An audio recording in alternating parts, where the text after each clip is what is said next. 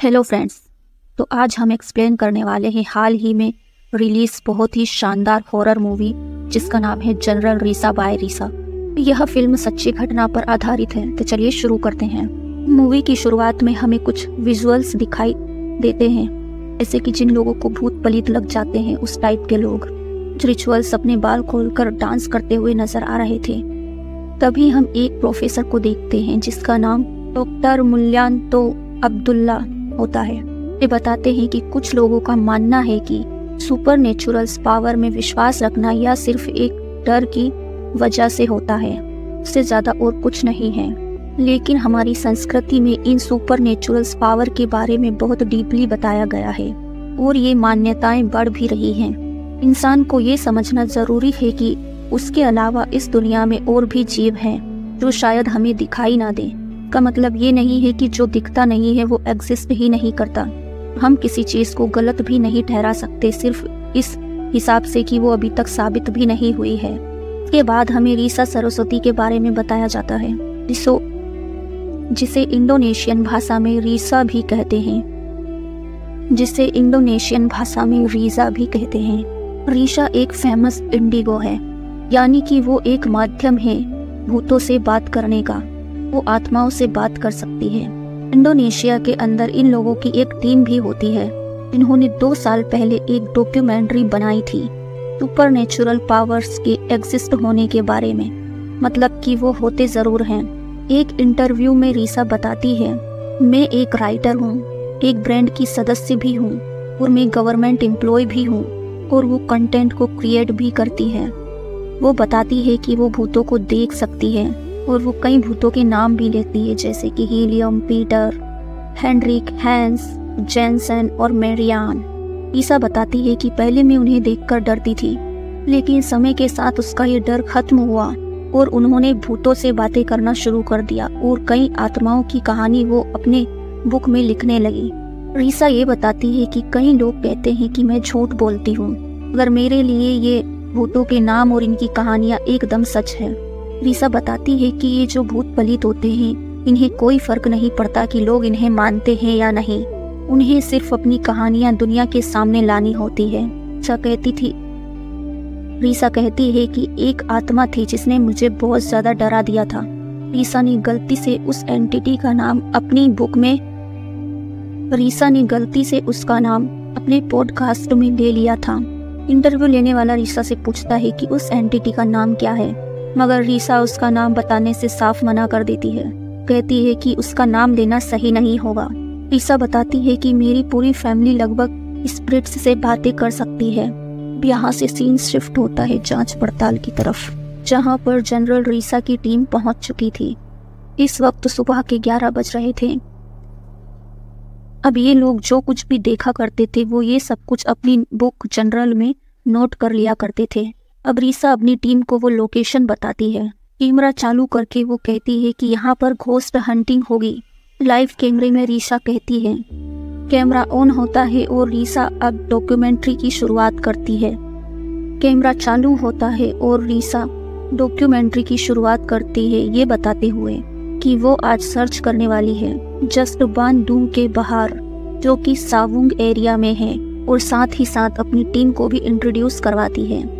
रीसा के team members का नाम होता है, एक का टिमास्टा, इंडी और निको, काकांग, रीरी, फारुल, अंगा और जेफरी। रीसा इन सभी लोगों की आंटी है। ये सभी रीसा के रिश्तेदार हैं, इसीलिए रीसा ने कहा था कि उसकी फैमिली स्पिरिट्स को देख सकती है। अब इनकी टीम के अलावा भी यहाँ पर कुछ और लोग मौजूद थे जो कि बहुत बहादुर थे। वे भी ये देखना चाहते थे कि स्पिरिट्स होती है या नहीं। इन तीनों लोगों के नाम होते हैं आरदी, फैली और प्रिंसा। आरुल अब इन तीनों को रीसा से इंट्रोड्यूस करवाता है।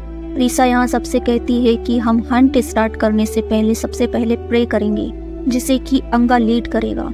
इसके बाद ये सभी लोग प्रे करते हैं। ये 3 बहादुर बच्चे कैमरे के आगे बताते हैं कि उन्होंने हंट्स के लिए जनरल रीसा को क्यों हायर किया। आरदी बताता है कि उसे भूत पलित काफी इंटरेस्टिंग लगते हैं, वो रीसा का बहुत बड़ा फैन भी है।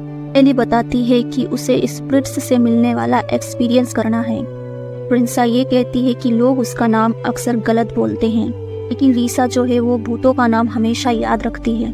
क्या पता ये ज्वाइन करने से लोग उसका भी नाम याद रखेंगे। इतने में ही पीछे से एक अजीब सी आवाज आने लगती है और ये सभी डर जाते हैं। तो पीछे देखने पर तो पता चलता है कि वहाँ तो सिर्फ एक चूहा था। अब अचानक से वहाँ पर तेज बारिश शुरू हो जाती है। अब वो हंटिंग का काम वहीं पर स्टॉप कर देते हैं और रात होने का इंतजार करते हैं। अब रात की 9 बज जाती है और ये लोग अपनी हंटिंग शुरू करते हैं, जहाँ पर रीसा सभी लोगों को 3 टीम्स में बट जाने के लिए कहती है और सभी लोग रीसा की बात मानते हुए अलग अलग जगह पर हंटिंग करना शुरू कर देते हैं। फारून की टीम को कुछ आवाजें आती हैं, वहीं डिमास्टा अपनी टीम को एक जगह ले जाकर ये कहता है कि मुझे ऐसा लगता है कि यहाँ पर एक आत्मा है, की वजह से मैं यहाँ पर खींचा चला आया। रीसा एंडी से पूछती है कि तुम्हें कैसा फील हो रहा है, पर एंडी कहती है कि मेरा रोने का मन कर रहा है। रीसा कहती है कि घबराने की जरूरत नहीं है। अंगा यहाँ प्रिंसा से पूछता है कि तुम कितनी क्यूरियस हो। रीसा कहती है कि बहुत ज्यादा, क्योंकि मैंने कभी भी स्पिरिट्स को नहीं देखा और ना ही महसूस किया है, और मैं स्पिरिट्स जरूर देखना चाहूंगी। भी अचानक से झाड़ियों से ऊपर से कुछ आवाजें आती हैं, जिससे ये लोग सुन पाते हैं। फिर यहाँ से सीन शिफ्ट होता है रीसा की तरफ, जहाँ वो अजीब तरह से गुर्राने लगती है। हम लोग देख पाते हैं कि हमें ऐसा लगता है उसे किसी आत्मा ने हल्का फुल्का जकड़ लिया है। उसके साथ ही उसे संभालते हैं और इसी दौरान फैली यहाँ पर काफी ज्यादा डर चुकी थी। के बाद जनरल रीसा जो टीम होती है वो आरदी, प्रिंसा और फैली को कैमरास के साथ अलग अलग जगह पर अकेला छोड़ देते हैं। टीम उनसे कहती है कि अगर तुम्हें कुछ भी फील हो तो तुम कैमरे में बताना, और अगर तुम्हें किसी भी हेल्प की जरूरत हो तो तुम ताली बजाना। टीम तुम्हारी हेल्प करने के लिए वहां आ जाएगी। हाँ, आरदी, फैली और प्रिंसा अपने अपने फोन के कैमरों को भी ऑन कर लेते हैं ताकि वे पर्सनल वीडियो को भी रिकॉर्ड कर सकें। के बाद वे उस जगह एक्सप्लोर करना शुरू कर देते हैं। जनरल रीसा टीम उन्हें कंप्यूटर पर देख रही होती है। यहाँ जगह को एक्सप्लोर करते हुए प्रिंसा गाना गाने लगती है, जिसे सुनकर आरदी और फैली काफी डर जाते हैं। थोड़ी देर घूमने के बाद प्रिंसा बोर होकर रीसा की किताबों की स्पिरिट्स का नाम लेने लगती है, जैसे कि पीटर, हेनरी आदि। रीसा ये सब कुछ देखकर काफी अजीब फील कर रही थी। भी प्रिंसा सोचती है कि क्या उसे उस स्पिरिट का नाम लेना चाहिए। इसका नाम लेने से रीसा ने मना किया था। अब वो बार बार तेजी से सेमेक चिल्लाने लगती है। तब उसके फ्रंट कैमरा से हम देखते हैं कि उसके कैमरे के पीछे एक भयानक एंटिटी आ चुका है, जो कि धीरे धीरे उसकी तरफ बढ़ रही थी। इसके चलते प्रिंसा को थोड़ी बेहोशी महसूस होती है और उसे पीठ पर अचानक से ही उस एंटिटी का हाथ आता हुआ नजर आता है, और उसे देखते ही प्रिंसा चिल्लाकर वहां से भागने लगती है। लेकिन तब तक उसे उस एंटिटी ने कब्जे में ले लिया था, यानी कि वो एंटिटी प्रिंसा पर हावी हो चुकी थी। देखते हैं कि यहाँ प्रिंसा जीभ बाहर निकालकर अजीबो तरीके से गुर्रा रही थी। वो जमीन पर रेंग भी रही थी। अब रीसा की टीम जो ये सब कुछ कैमरे में से देख रही थी, अचानक से उनकी स्क्रीन बंद हो जाती है और ये सब देखकर वो टीम वहाँ भागने लगती है। वो प्रिंसा के पास आते हैं। यहाँ अंगा और डिमास्ता प्रिंसा को प्रेयर करते हुए संभालते हैं और वे दूसरों को बताते हैं कि वो पजेस्ड हो चुकी है। यही रीसा को उस जगह पर काफी अजीब सा फील होता है। वो सभी को यहाँ से चलने के लिए कहती है और कहती है कि आज के लिए इतना हंट काफी है। ये सभी लोग यहाँ से निकल जाते हैं। अगले दिन रीसा और टीम मेंबर्स प्रिंसा की पजेस होने वाली वीडियोस देखते हैं, जहाँ रीसा कहती है कहीं ऐसा तो नहीं है कि प्रिंसा के बार बार चिल्लाने से वो एंटिटी उसके अंदर आ गई, उस पर हावी हो गई। 3 लोग पूछते हैं कि क्या ये वही एंटिटी है जिसके बारे में लोग ट्विटर पर बात कर रहे हैं, पर रीसा हाँ कहती है। हो सकता है, मगर उसका नाम बिल्कुल मत लेना। रीसा और उसकी टीम प्रिंसा की ढीली एक्टिविटीज पर नजर रखते हैं। अब यहाँ प्रिंसा वाली वीडियो वायरल हो जाती है। प्रिंसा मार्केट से फिश लेकर आ रही होती है। रास्ते में उसे कुछ लोग मिलते हैं जो कि उसके साथ सेल्फी ले रहे होते हैं। वे उससे ये भी पूछते हैं कि तुम वही वायरल वीडियो वाली लड़की हो ना। वहीं रीसा टीम वाले सदस्यों से कहती है कि प्रिंसा के ऊपर नजर रखना बहुत जरूरी है, क्योंकि उन्हें लगता है कि प्रिंसा पर अभी भी उसका साया हो सकता है। टीम मेंबर रीसा से पूछते हैं कि ऐसा क्यों। रीसा कहती है कि वो साया ओवा सातिरा हो सकता है, जो कि मेरा दूर का रिश्तेदार है। से ये नाम जब मिला जब वो रीसा और उसकी फैमिली को हंट करती थी। रीसा के पिता के मुताबिक रीसा के पिता के हिसाब से अगर ओवा साथिरा को 5 दिन तक उस इंसान के शरीर से नहीं निकाला जाए तो पजेस्ड इंसान की आत्मा उसका शरीर छोड़ देगी, उसका शरीर ओवा का हो जाएगा। फिर अचानक से ही रीसा की गाड़ी का एक्सीडेंट हो जाता है। दूसरी तरफ अंगा और इंडी प्रिंसा के घर पहुंच जाते हैं। वहाँ पर प्रिंसा व्लॉग बनाते हुए उनका वेलकम करती है। उसी दौरान वहाँ पर बायो आ जाता है, जो कि रीसा जनरल की टीम इंडी और अंगा को देखकर थोड़ा गुस्सा हो जाता है, मगर प्रिंसा उसे शांत करती है। अब इंडी प्रिंसा से पूछती है क्या करेज टेस्ट के बाद प्रिंसा को कुछ अजीब लगा। इसका जवाब प्रिंसा ना में देती है। यहाँ अंगा प्रिंसा को बताता है कि तुम्हारी वो वाली वीडियो वायरल हो गई। यहीं पर इंडी और अंगा को लगता है कि प्रिंसा के ऊपर ऊपरी साया आ चुका है। अब ये लोग क्लींजिंग रिचुअल परफॉर्म करने की परमिशन चाहते हैं। इसके लिए प्रिंसा हाँ कर देती है, लेकिन जैसे ही अंगा रिचुअल परफॉर्म करने के लिए प्रिंसा की तरफ बढ़ता है, वैसे ही हम देखते हैं कि प्रिंसा अचानक से वहां से उठकर चली जाती है। हम नोटिस करते हैं कि उसके ऊपर साया था। इंडी अब उसके पीछे जाने लगती है, तभी उसे वहां पर रीरी नजर आती है। उसका पीछा करने पर अचानक से एक स्प्रिट उसे अंधेरे में खींच लेती है और अंगा आकर इंडी को संभालता है। इंडी अंगा को बताती है कि वो स्पिरिट कोई और नहीं, शायद से वो ओवा ही है। यहाँ इंडी के हाथ पर घाव हो गया था। पीछे का गेट अपने आप खुल जाता है, जहाँ पर प्रिंसा बैठी हुई थी। बायो प्रिंसा को देखने जाता है। डॉक्यूमेंट्री कैमरा में इंडी बताती है कि ओवा ऐसे लोगों का रूप ले लेती है जिन्हें हम जानते हैं, तो उसे लगा कि वो रीरी होगी। डॉक्यूमेंट्री टीम को प्रिंसा के घर में कैमरे लगाने की परमिशन मिल जाती है, तो वो अलग अलग जगह पर कैमरे लगा देते हैं ताकि वो प्रिंसा को हर तरफ से नोटिस कर पाए।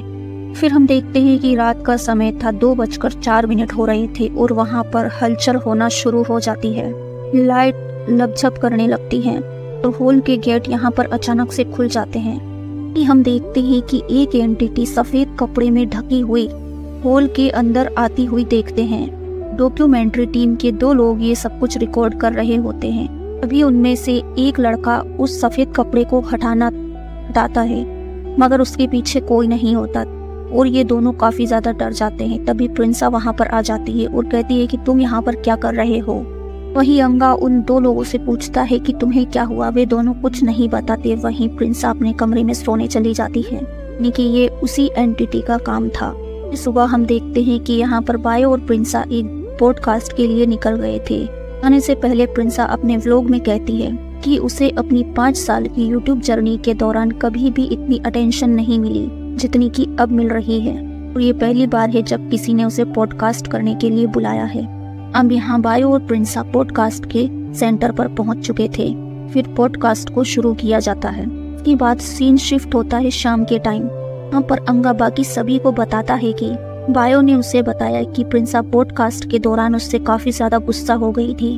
भी वहाँ पर बायो और प्रिंसा आ जाते हैं और अंगा प्रिंसा से कहता है कि हमें एक बार और क्लींजिंग करनी चाहिए, मगर प्रिंसा इस बात पर भड़क जाती है और वो अपने कमरे में चली जाती है। रात को जब सभी लोग सो रहे होते हैं, तभी प्रिंसा रात में पजेस्ड हालत में एक चाकू उठाकर इंडी की तरफ बढ़ती है। कैमरे में देखते हुए वो नाइफ को जमीन पर ठोकने लगती है। सुबह सभी लोग प्रिंसा को ढूंढते हैं, मगर वो कहीं नहीं मिलती।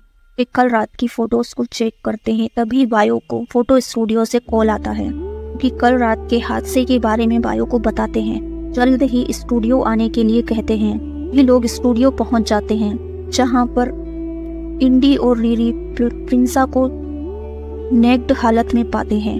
जहां पर इंडी और रीरी प्रिंसा को बिना कपड़ों की हालत में देखते हैं और वे उसे एक कपड़े से ढककर संभालते हैं। प्रिंसा होश में आती है और वो बायो से पूछती है कि वो कहाँ है, यानी कि उसे कुछ भी नहीं पता है कि उसके साथ क्या हुआ है। अब रीसा को ये सभी लोग कल रात की घटना के बारे में बताते हैं और वीडियोस भी बताते हैं। रीसा पूछती है क्या मैं अकेले हूँ जिसने ये वीडियो देखी, जिस पर टीम मेंबर बताता है कि टीम में इतनी हिम्मत नहीं है कि वो बायो को ये वीडियो बता सके। वो टीम मेंबर रीसा से यह पूछता है कि तुम्हें क्या लगता है ये वही एंटिटी है। इसके बाद रीसा उसे ओवा साथिरा के बारे में बताती है। रीसा बताती है कि ओवा उनकी ग्रैंड माँ की बेस्ट फ्रेंड हुआ करती थी, जो कि रिश्ते में काफी दूर थी। एक बार मेरी ग्रैंड माँ ने ओवा को प्रेयर गिफ्ट किया था। लेकिन ओवा ने उसे लेने से ही इनकार कर दिया। वह जब मर गई तो वो रीसा की फैमिली को हंट करने लगी। तब जाकर रीसा के पिता और उसके दादा ने ओवा की आत्मा को बांधने का सोचा। से ओवा का नाम सैमिक पड़ गया था। टीम मेंबर बताते हैं कि पॉडकास्ट में प्रिंसा ने सैमिक का नाम लिया था। बातों के दौरान रीसा को अपना बेटा बाहर नजर आता है कि बहुत ही तेज झूला झूल रहा होता है। रीसा उसे अपना ख्याल रखने के लिए कहती है। टीम मेंबर से अपनी बात जारी रखती है। थोड़ी ही देर बाद रीसा देखती है कि उसका पति डिमास्ता उसके बेटे को गोद में लेकर नीचे आता है और वो ये देखकर चौंक जाती है। पीछे देखने पर झूला खाली होता है, यानी कि वो अपने आप घूम रहा था, यानी कि वो स्पिरिट यहीं पर मौजूद थी। अब रात के समय डिमास्ता रीसा और आरी को रिकॉर्ड करते हुए ये बताता है कि डॉक्यूमेंट्री टीम ने उन्हें ऐसा करने को कहा है। दोपहर में जो घटना हुई थी उसके बाद तो ऐसा करना काफी जरूरी था। यहाँ रीसा को हाथ में तेजी से खुजली होने लगती है। वो स्क्रैच किए जा रही थी। डिमास्ता पूछता भी है मगर रीसा इग्नोर करती है और कहती है सो जाते हैं। मगर पीछे देखने पर उसका बेटा आरी वहाँ पर नहीं था। ये देखकर डिमास्ता और रीसा काफी घबरा जाते हैं। ये दोनों आरी के कमरे में पहुंचते हैं जहाँ पर वो सो रहा था, मगर उसी के बगल में एक एंटिटी ओवा बैठी हुई थी।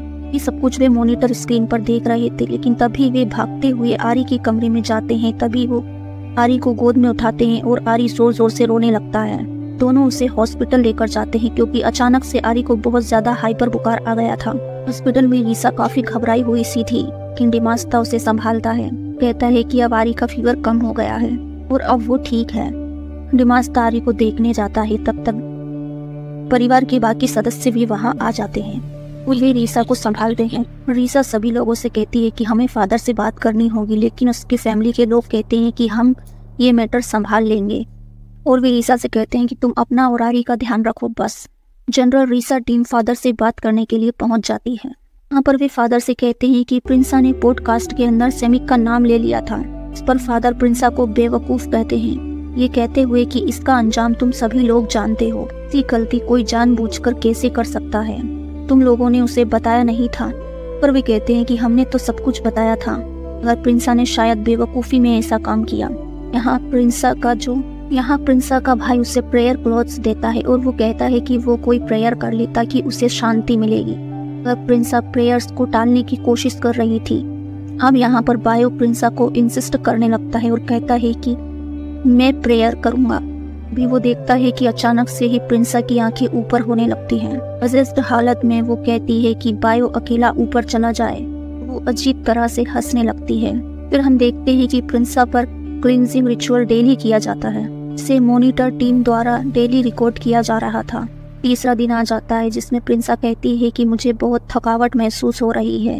कहती है कि मैं रोज क्लींजिंग रिचुअल डेली करवा कर थक चुकी हूँ और उसके साथ रोज अजीब घटनाएं घट रही हैं, इसलिए आज उसने दवाई ली है। प्रिंसा के रूम पर दस्तक सुनते हैं। देखते हैं कि इंडी प्रिंसा के साथ सोने आई है। प्रिंसा इंडी से कहती है कि तुम्हें डर नहीं लगता? इंडी कहती है कि कभी कभी लगता है, मगर हम यहाँ पर सब साथ में हैं तो हम सब सेफ हैं। प्रिंसा इंडी से कहती है क्या तुम्हारा कोई बेस्ट फ्रेंड है?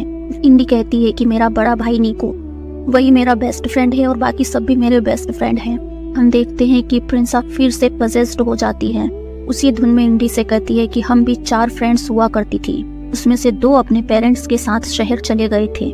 2 जो बचे हुए थे वो अब साथ नहीं हैं। ने खुद को खत्म कर लिया और एक मर गई। जिंदगी में एक भी बार प्रेयर करे। ये सब सुनकर इंडी बहुत ज्यादा डर जाती है। अब वो समझ गई थी कि ये प्रिंसा नहीं बोल रही बल्कि उसके अंदर की आत्मा ओवा बोल रही है। अचानक से ही घर की लाइट्स चली जाती हैं और इंडी उस रूम में लॉक हो जाती है। वह यहाँ इंडी को बुरी तरह से डराती है। डॉक्यूमेंट्री कैमरास में ये सब कुछ रिकॉर्ड हो रहा था।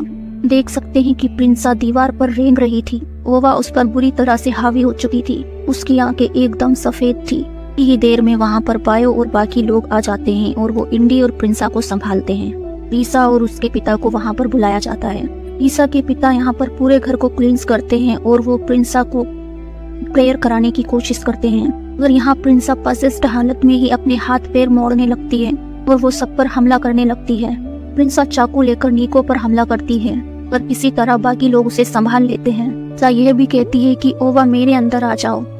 ओवा रीसा के अंदर नहीं जाना चाहती। यहाँ पर रीसा के पिता बताते हैं कि ये ओवा नहीं है बल्कि ये कोई और स्पिरिट है रीवा के फॉर्म में। वे सभी टीम को प्रिंसा के साथ ओवा के ही गांव में जाने के लिए कहते हैं कि इस स्पिरिट को वहीं पर बांधा जा सकता है। यही लोगों ने ओवा को भी बांधा था।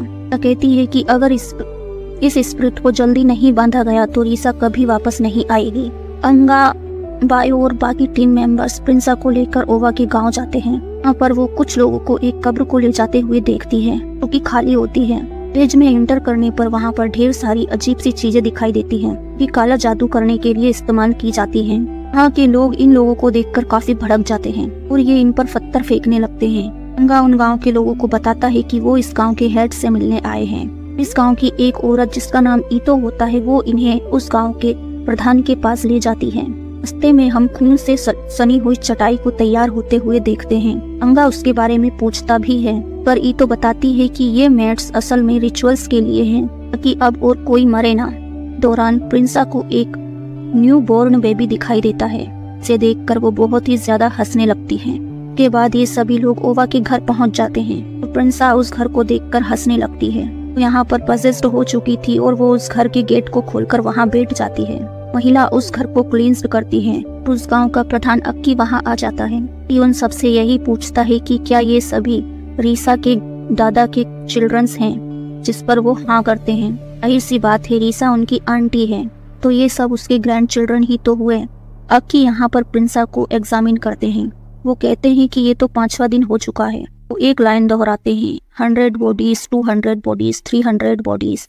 अगले ही पल प्रिंसा भी ये लाइन दोहराने लगती है और अक्की कहता है कि तुमने खुद को रिवील कर दिया है ओवा।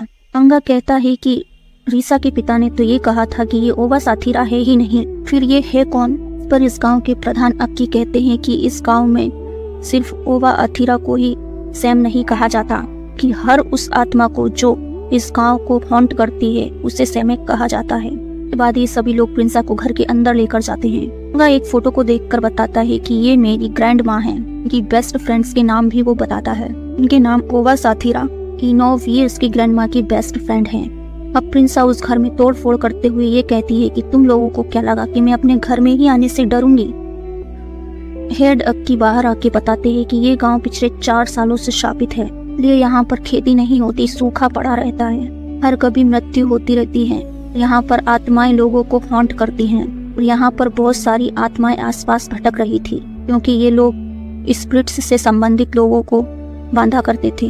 गांव पर इविल स्पिरिट का श्राप होता है। इस गांव के लोग आत्माओं को बांधा करते थे, इसीलिए आत्माओं ने इस गांव को ही श्राप दे दिया। हम गांव में लोगों को रात के रिचुअल के लिए तैयारी करते हुए देखते हैं। यहाँ अंगा और बाकी सब रात होने का इंतजार करते हैं। को डॉक्यूमेंट्री टीम कैमरा सेट करके प्रिंसा और बायो को एक कमरे में रुकने के लिए कहते हैं। तब वे रिचुअल की तैयारी देखते हैं, वहाँ से चले जाते हैं। बायो प्रिंसा को देखकर कहता है कि तुम मेरी बहन को परेशान करना बंद कर दो। इस पर प्रिंसा कहती है कि मैं यही हूँ और मैं बहुत थक चुकी हूँ, मुझे घर जाना है। ये उसे गले लगाता है और कहता है एक बार तुम ठीक हो जाओ, इसके बाद हम यहाँ से चलेंगे और तुम जो कहोगी मैं तुम्हें ला कर दूंगा। इतनी देर में हम देखते हैं कि प्रिंसा पसेस्ड हो जाती है। कहने लगती है कि मुझे न्यू बॉर्न बेबी का मांस खाना है, क्या तुम मुझे ला कर दोगे। वो उसके अंगों का स्वाद कभी नहीं भूल सकती और बायो उसकी ऐसी बातें सुनकर बहुत ज्यादा डर जाता है। उस रूम का बल्ब जो है फूट जाता है तो बायो पैनिक करने लगता है। ये डॉक्यूमेंट्री टीम के सदस्य ककंग वहाँ पर आता है और हमें कैमरा के अंदर वो आत्मा गुर्राते हुए नजर आती है।